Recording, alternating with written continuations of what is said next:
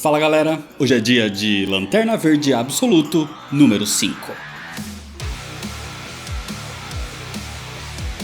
É uma história da DC, escrita por Al Ewing e desenhada por Janoy Lindsay no ano de 2025. Absolute Green Lantern número 5 é sequência direta das edições anteriores dessa nova abordagem do Lanterna Verde. Se você ainda não viu os vídeos sobre os 4 volumes anteriores, o link para eles tá aqui na descrição. Dá uma olhada lá primeiro e depois volta para esse vídeo aqui. Mas se você já assistiu ou já conhece a história, se inscreve no canal se você ainda não é inscrito e ativa o sininho das notificações, já deixa seu like para não esquecer depois e me segue nas redes sociais. E agora sim, vamos para a história. Senta aí. A história começa mais uma vez com o Anel de Luz e uma voz. Mas dessa vez falando com Todd Rice, o dono da lanchonete em Evergreen. E dessa vez a voz diz para ele ter medo. Isso porque o julgamento não estava em progresso, porque não tinha mais um Abin Sur para isso, o que faz Todd ser um desconhecido para o espectro da luz. Essa visão é interrompida quando Todd é resgatado dos escombros de Evergreen por funcionários de Hector Hammond. E nesse momento o próprio Hammond aparece, não se importando com a saúde de Todd, mas sim com o que ele tem a contar. Acontece que, com a queda da Lanterna Verde, a cidade foi destruída.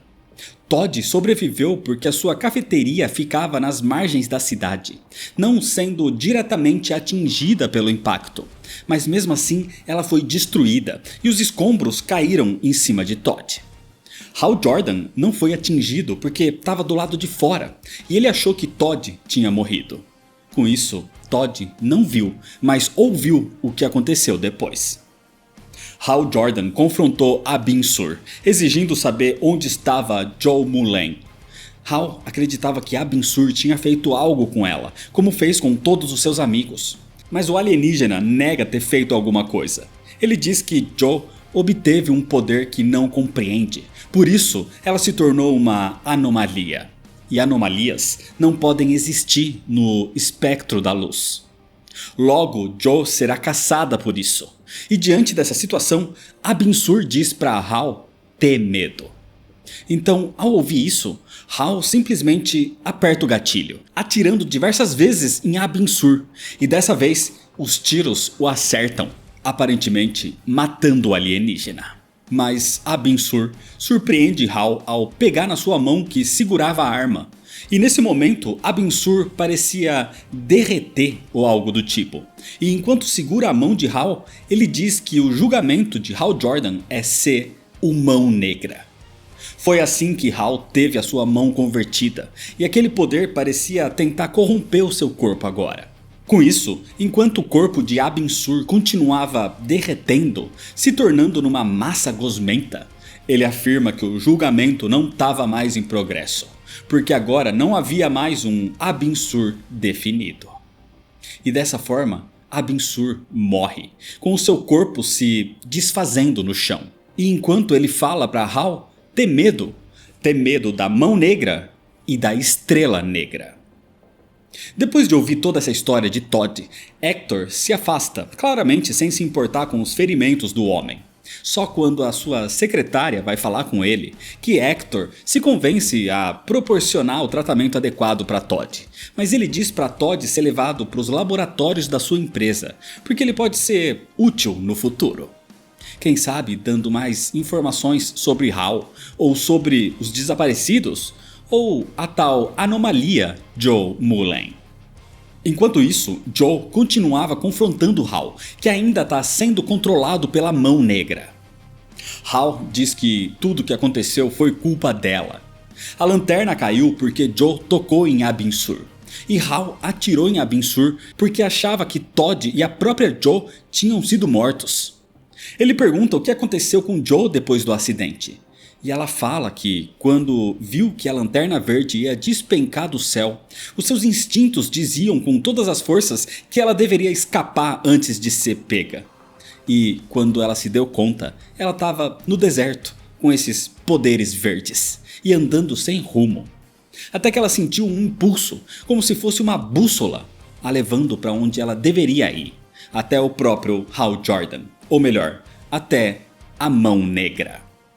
A Mão Negra estava conseguindo controlar o corpo e a mente de Hal cada vez mais, fazendo Hal acreditar que tudo que está acontecendo agora era culpa de Joe.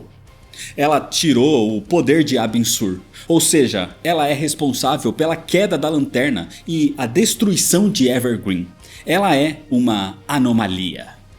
Mas enquanto escuta isso, Joe entende que não é mais Hal quem está falando aquilo.